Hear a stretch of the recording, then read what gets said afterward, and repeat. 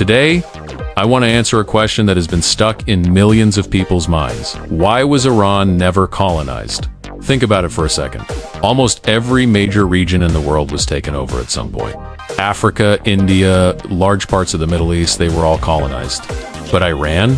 It was attacked, invaded, pressured again and again, yet somehow it was never fully colonized. How is that even possible? And more importantly, why have so many empires failed to control Iran even until today? Stay with me because by the end of this video, your entire perspective will change. And before we go deeper, make sure you subscribe to the channel because we break down real history, real power, and the truth most people never hear. Iran, historically known as Persia, is not just another country. It is one of the oldest continuous civilizations in human history. We are talking about a land that has existed through thousands of years, through the rise and fall of empires, through wars, invasions, and revolutions. Empires came and went, but Iran adapted, survived, and remained. To understand why Iran was never colonized, we have to look beyond simple explanations. This is not just about war. It's about geography, culture, strategy, and something even deeper, identity. Let's start with geography. Iran is one of the most difficult countries in the world to invade. This is not just a statement, it's a fact that has shaped history. The country is surrounded by massive mountain ranges like the Zagros and the Alborz. These mountains are not just obstacles, they are natural defenses. Add to that vast deserts, harsh climates, and limited access routes, and what you get is a natural fortress. Invading Iran is not like invading flat land where armies can move freely. It's like entering a maze where every step is a challenge. Supply lines become difficult, communication becomes harder, and armies become vulnerable. Even in modern times, military experts acknowledge how difficult this terrain is. Now imagine ancient armies trying to invade such a place without modern technology. Many forces were stopped not because they lacked power, but because the land itself fought back. But geography alone is not enough to explain everything. There are countries with difficult terrain that were still colonized. So what makes Iran different? The answer is identity. Iran has one of the strongest cultural identities in the world. Even after being invaded by powerful forces like the Arabs, the Mongols, and various Turkic empires, Iran never lost its core identity. It adapted, yes. It changed in some ways, yes. But it never became something else. The Persian language survived. The culture survived. The sense of pride survived.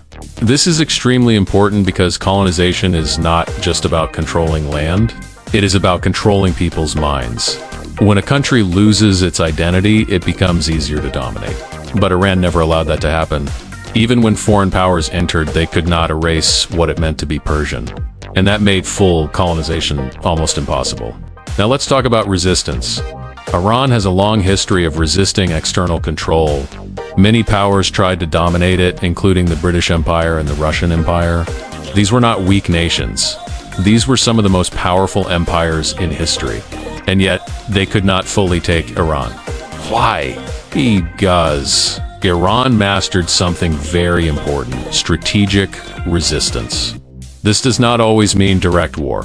Sometimes it means making occupation too expensive, too complicated, too unstable. Instead of allowing itself to be isolated controlled, Iran created situations where any foreign power trying to dominate it would face endless challenges: political, economic, and social. Even when Iran was weakened internally, it never fully surrendered control to an outside power. There's also another reason that many people don't talk about Iran's position in global politics. For a long time, Iran was located between competing empires, especially Britain and Russia. Instead of one power fully colonizing it, both powers competed for influence. This turned Iran into what we call a buffer zone.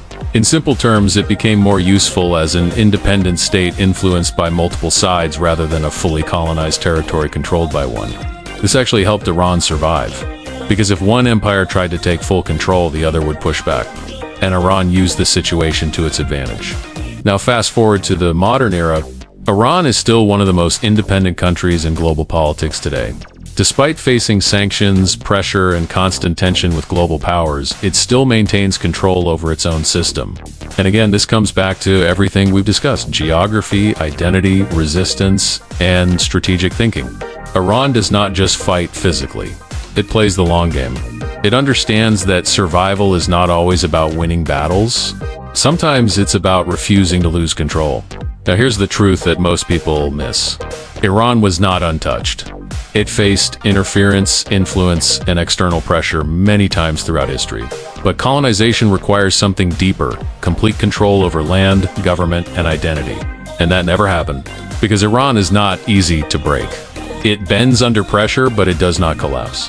So the next time someone asks you why Iran was never colonized, you now understand that it's not just one reason.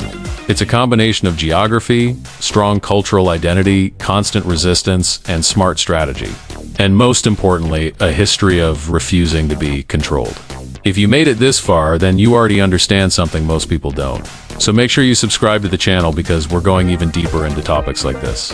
And tell me in the comments which country or mystery should we break down next. Because trust me, this is just the beginning.